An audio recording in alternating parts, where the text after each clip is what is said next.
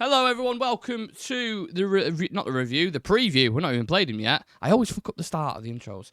Hello. Well, you would think after 3 years that I would got this nailed on by now, but it goes to show. Tradition now. It's tradition now. You I just fuck it up. Yeah.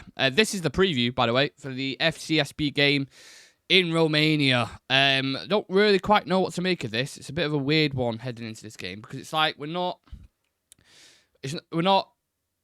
gonna go drop down, I don't think, judging by the table.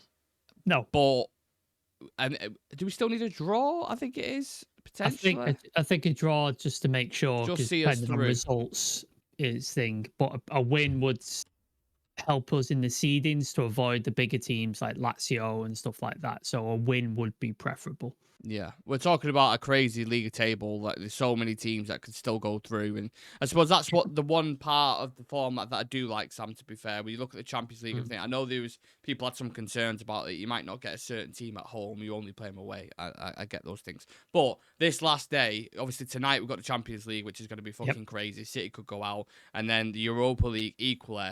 You kind of have to be thankful a little bit that we're not in that fucking space because judging the form that we've been in, we could well be in there, couldn't we? Yeah. The sort of one flaw I do have of this thing is if City had been on the run that they're on now, they would have been out. Like they would have been out of the group stage. True. Whereas at this point, because of the league format and the way it's structured, they can still go through, which is mad because that run that they've been on in the Champions League, they should be out.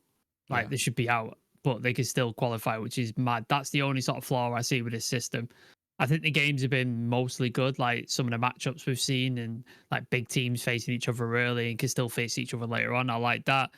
But yeah, the format I think still needs a bit of tweaking, but for the most part, I think it's mostly positive. But yeah, I'm glad we're in the 8 where they automatically go through. We don't have to play 2 playoff games and an extra 2 weeks of stuff. Like, I'm glad that's 99% not going to happen. And if we can win and avoid big teams and have a nice, easy way to the final, then even better.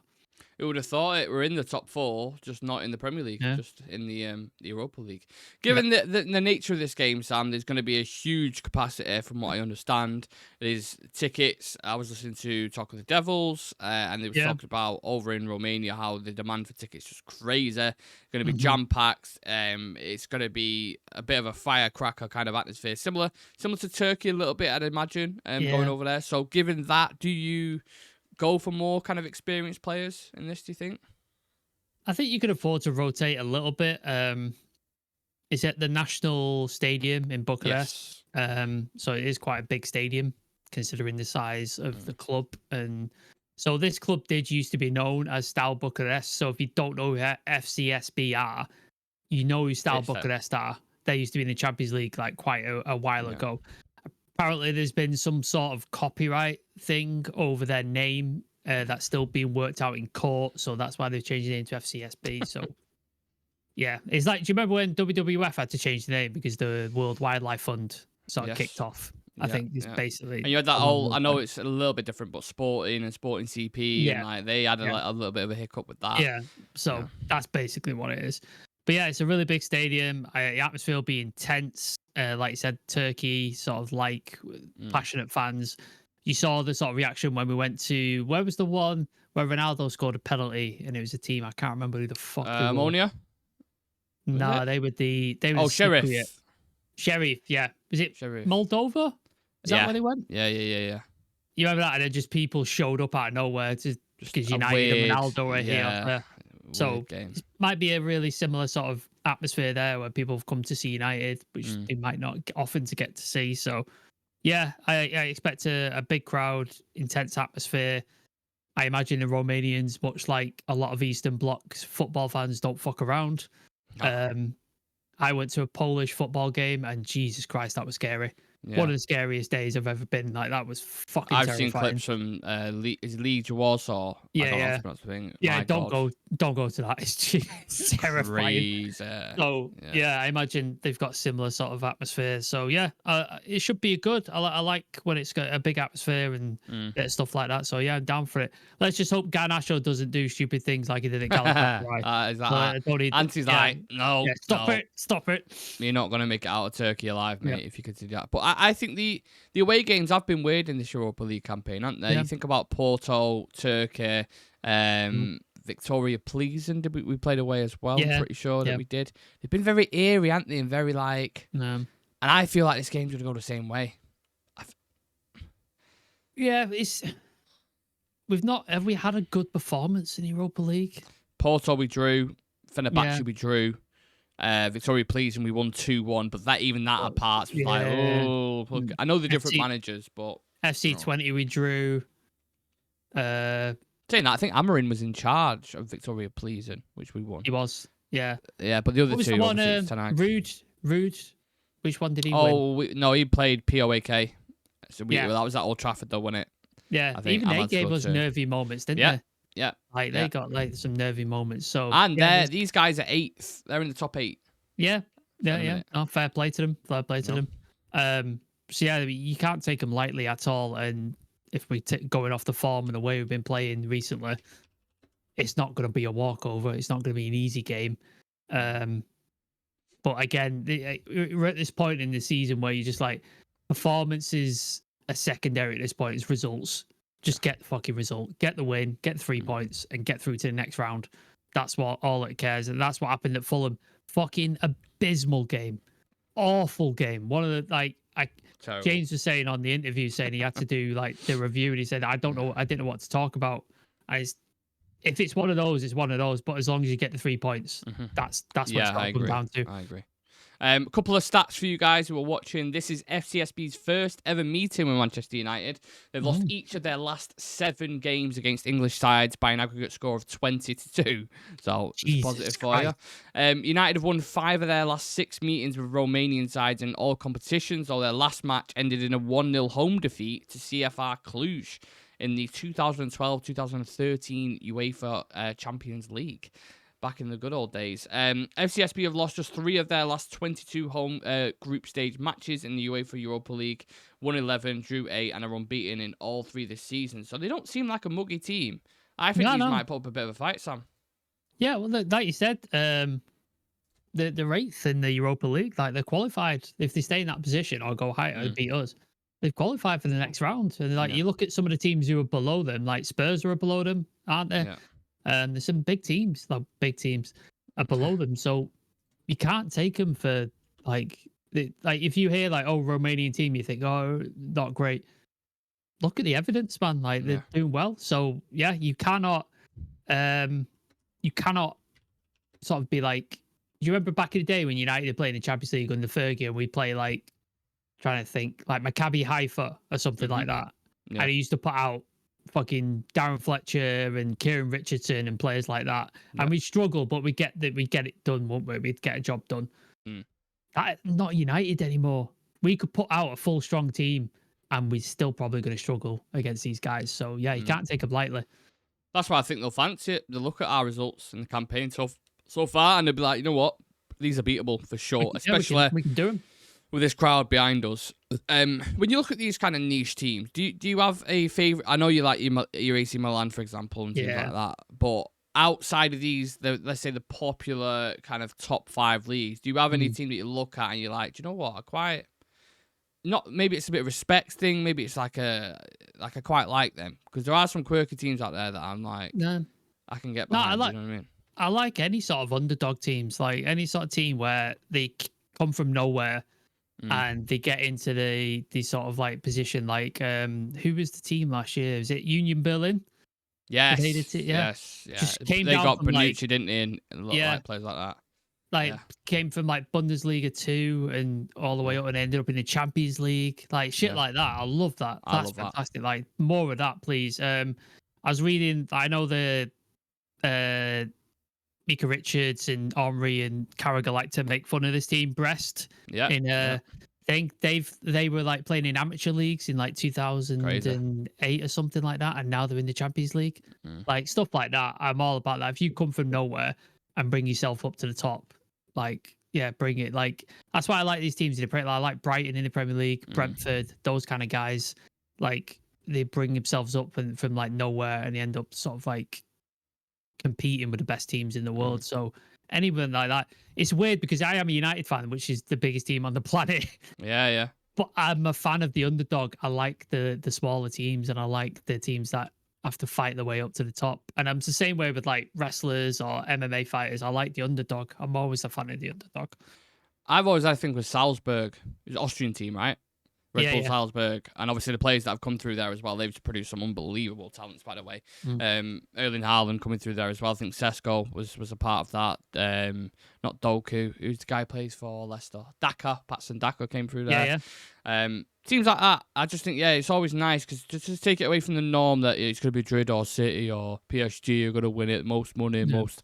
And I know we used to fit in that category back in the day, but when you do see a team do well like that, as long as it's not against us, then I'm always happy. Let's do some quick fire questions, Sam. Will Manchester United score more than 3 goals? No. Will Joshua Zirkzee score or assist? No.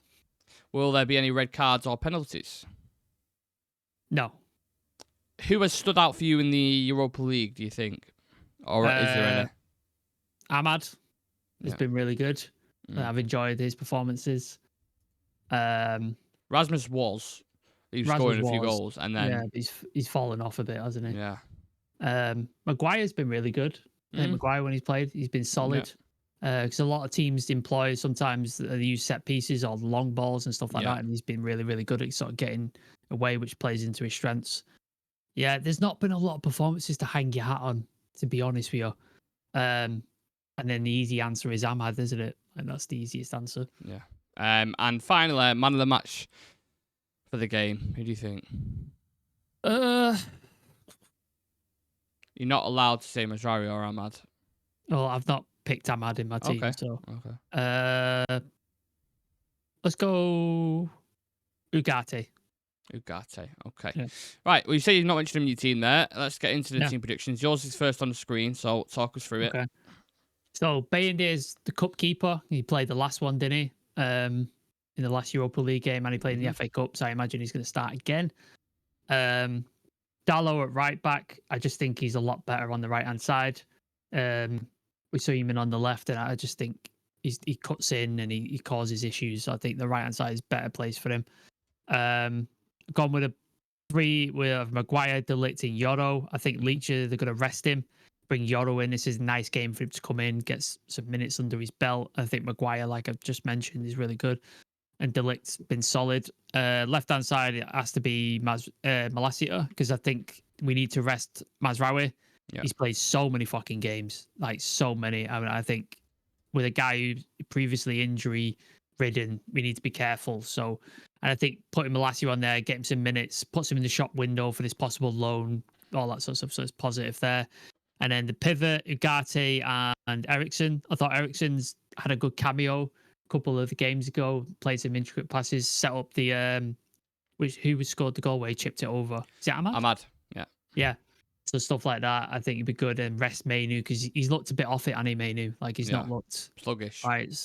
Ugarte is just solid as always. And then the front 3, I've gone Bruno, Garnacho, and Zirkzee up top, just because I think Højlund has been a serious issue.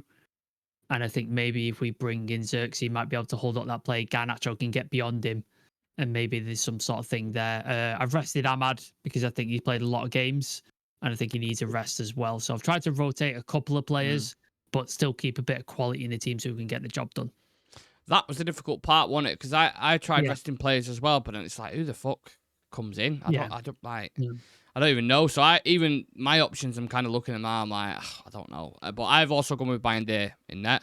I think it'll be Yoro, Maguire, and Martinez as your back 3. Because Yoro is in the press conference in half an hour alongside, and that typically says that they're going to start. Maguire, because, like you said, exact same reasons, because he's been solid there, and Martinez because he's the only left footer that we have. But he could do with the rest as well, I suppose. Dalot at right wing back, because I preferred him there. I thought he looked better in the last game, rather than I hate seeing him at left back, and I think Malacia is due a run out. Casemiro is the wild shout from me because we haven't seen him for a hot minute. But I think with the experience, listening to people in the know, Casemiro is a name that's being kind of mentioned at the minute. So I'll say Casemiro and Cobby together, which I don't even know if you've seen under Amarin. And then I would also like Ahmad to get a rest, but I think Ahmad will be in the front line with Zirkzee and Bruno Fernandes because that seems to be the favoured one at the minute. Maybe Garnacho creeps in there.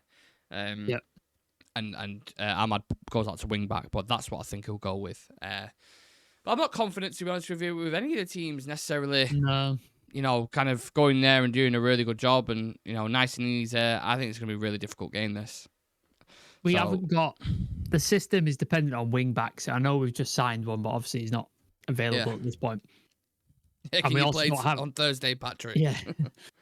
We also don't have goals in the team.